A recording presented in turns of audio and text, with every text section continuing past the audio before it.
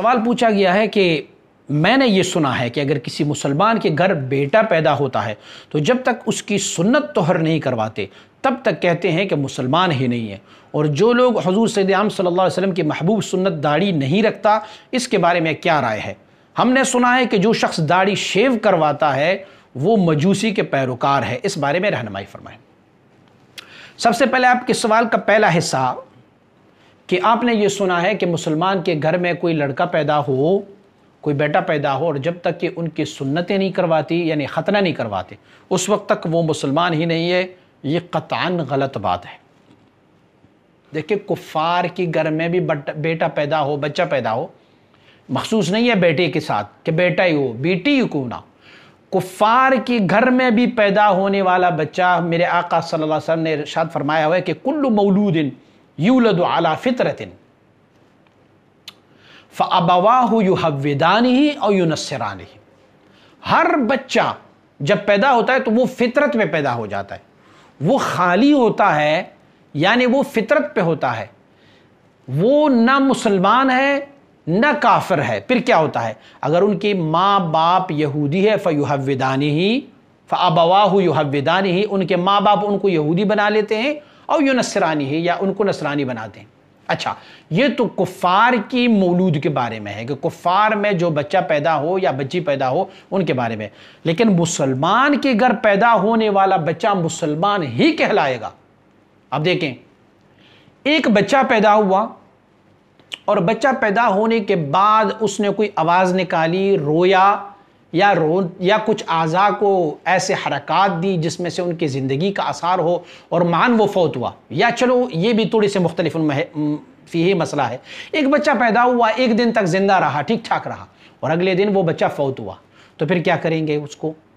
کیا ان کو کفن، کیا ان کا جنازہ، کیا ان کو دفن اسلامی طریقے سے نہیں کریں گے؟ تو یہ نظریہ تو قطعاً خراب ہے، غلط ہے کہ جب تک کہ ان کی سنتیں نہیں کرائی جاتی، جب تک ان کا ختنہ نہیں کرایا جاتا اس وقت تک وہ مسلمان نہیں ہے۔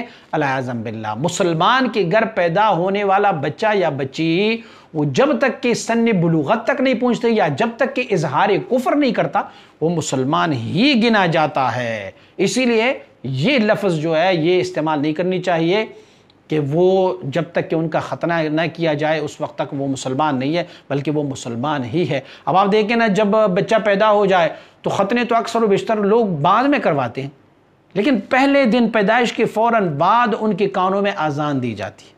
جب اذان دیا تو اس کا مطلب یہ ہے کہ وہ مسلمان ہی ہے، کیونکہ مسلمان کے گھر پیدا ہونے والا بچہ یا بچی مسلمان ہی ہوتا ہے۔ آپ کے سوال کا دوسرا جز کہ حضور نبی اکرم صلی اللہ علیہ وسلم بارک کی محبوب سنت داڑھی جو کوئی نہیں رکھتا اس کے بارے میں کیا رائے ہے؟ تو داڑھی رکھنا، اب آپ نے تو سنت کہا ہوا ہے، لیکن مشائخ فرماتے ہیں کہ یہ داڑھی رکھنا واجبات میں سے ہے۔ شیطان کو جب اللہ کریم نے رانندے بارگاہ بنایا نا، انہیں اپنے دربار سے نکالا اور مردود بنایا، تو شیطان نے کیا کہا؟ شیطان نے کہا کہ میں ہر رستے میں ان لوگوں کو سامنے بیٹھا رہوں گا اور ان کو اغوا اور گمراہی کرتا رہوں گا، لیکن کیا ہوگا؟ ایسے ان کو گمراہ کرتا رہوں گا فَلَا يُغَيِّرَنَّ خَلْقُ اللَّهِ، وہ اللہ کی تخلیق میں تغییر کریں گے۔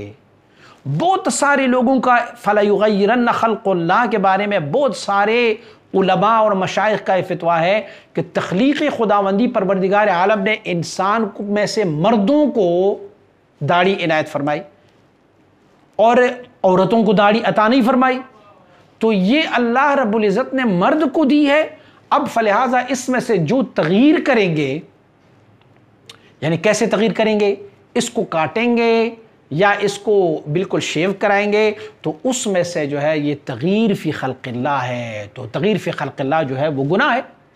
دوسری بات یہ ہے کہ میں نے عرض کیا کہ آپ ان کو سنت سمجھ رہے ہیں، لیکن فقہاء اور مشائخ تو داڑھی کو واجب سمجھتے ہیں، کیونکہ انبیاء علیہم الصلوات و تسلیمات میں سے آدم علیہ نبینا علیہ الصلوۃ والسلام سے لے کے میرے اور آپ کے آقا صلی اللہ علیہ وسلم تک کسی بھی نبی نے اپنی داڑھی کو نہ چوٹی کی ہے نہ انہوں نے العیاذ باللہ شیو کیا ہے۔ تو فلہذا یہ انبیاء کی سنت جب اس طرح تواتر سے آئے تو یہ وجوب ہے۔ دوسری بات ان کی وجوب کا یہ ہے کہ میرے آقا صلی اللہ علیہ وسلم نے اس کو رکھنے کی بہت زیادہ تاکید فرمائی. فرمایا وعف اللحا وعف اللحا وعف اللحا. آپ احادیث کو اٹھا کے دیکھیں گے تو آپ کو بے شمار احادیث داڑھی کے بارے میں ملیں گے. تو فلہذا جب حضور نے اس پر امر فرمایا ہے، میرے آقا نے امر فرمایا، تو یہ وجوب کے درجے میں ہے. اچھا، اب حکم اس بندے کا جو اس کو کاٹتا ہے، داڑھی کو کاٹتا ہے، تو ان کا حکم کیا ہے جو آپ نے پوچھا ہے. ایک بندہ اگر یہ سمجھے کہ یہ سنت مصطفی ہے اور واجب ہے، حضور نے اس پر حکم دیا ہوا ہے، لیکن میں کاٹتا ہوں، گناہ ہے، میں کاٹتا ہوں، میں شیو کرتا ہوں، تو گناہگار تو ہے، لیکن اس میں سے حد کفر تک بندہ نہیں جاتا، اسلام سے خارج نہیں ہوتا. دوسری بات، اگر وہ اس داڑھی کی سنتیت یا واجبیت کا انکار کرتے ہیں اور یا اس کی تضحیق اور مذاق اور استہزاء کرتے ہیں، تو تضحیق، مذاق اور استہزاء سے بندہ پھر کفر میں شامل ہو جاتا ہے. کیونکہ سب کو معلوم ہے کہ میرے آقا کی سنت ہے بلکہ واجب ہے، اور اس واجب کا ٹھٹھا اڑانا، اس کا مذاق اڑانا اور یا اس پر کوئی جملے کسنا، یہ بندے کو دائرہ اسلام سے خارج کر دیتے ہیں. ایک بندہ داڑھی کو شیو کرے اور یہ عقیدہ رہے کہ یہ میرے آقا کا سنت ہے، لیکن میں اس کو شیو کرتا ہوں، میں گناہ سمجھتا ہوں اس کو، تو گناہگار تو ہے لیکن دائرہ اسلام میں ہے. لیکن ایک بندہ اس کو رکھنے کے بعد بھی، داڑھی انہوں نے رکھی بھی ہے لیکن اس داڑھی کا مذاق اڑا رہے ہوتے ہیں اور ٹھٹھا اڑاتے ہیں اس کا، تو پھر جو ہے وہ شاید دائرہ اسلام سے خارج ہو جاتا ہے. اب رہ گئی بات مقدار کی کہ کتنی مقدار ہے، تو اس میں سے پھر فقہاء اور مشائخ کا اختلاف ہے کہ مقدار کتنی ہونی چاہیے.